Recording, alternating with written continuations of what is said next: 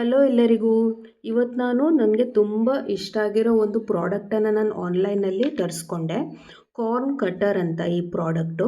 ನಾನು ಡೈಲಿ ಸಂಜೆ corn soup ಮಾಡೋದ್ರಿಂದ ಹೆಬ್ಬೆರಳು ತುಂಬ ನೋವ್ತಾ ಇತ್ತು.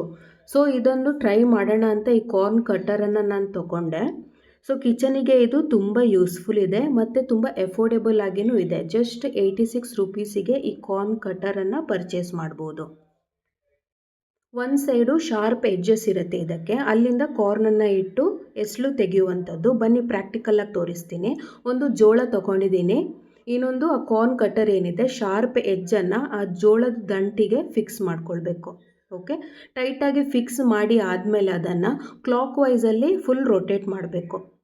ತುಂಬ ಚೆನ್ನಾಗಿ ಉದ್ರಿ ಬೀಳತ್ತೆ, ಏನು ಹುಡಿ ಆಗಲ್ಲ, ಫುಲ್ ಎಸ್ಲೇ ಬೀಳತ್ತೆ ಅದು. ನೋಡಿ ಎಷ್ಟು ಕ್ಲೀನಾಗಿ ಎಲ್ಲ ಉದ್ರೋಯ್ತು. 1 ಸೆಕೆಂಡಲ್ಲಿ ಎಲ್ಲ ಜೋಳನೂ ಅದು ಕ್ಲೀನ್ ಮಾಡುತ್ತೆ. ಓಕೆ, ಇದು ತುಂಬಾ ಯೂಸ್ಫುಲ್ ಇದೆ. ನಿಮಗೇನು ಈ ಪ್ರಾಡಕ್ಟ್ ತುಂಬ ಇಷ್ಟ ಆದರೆ ಲಿಂಕ್ ಅಂತ ಕಮೆಂಟ್ ಮಾಡಿ.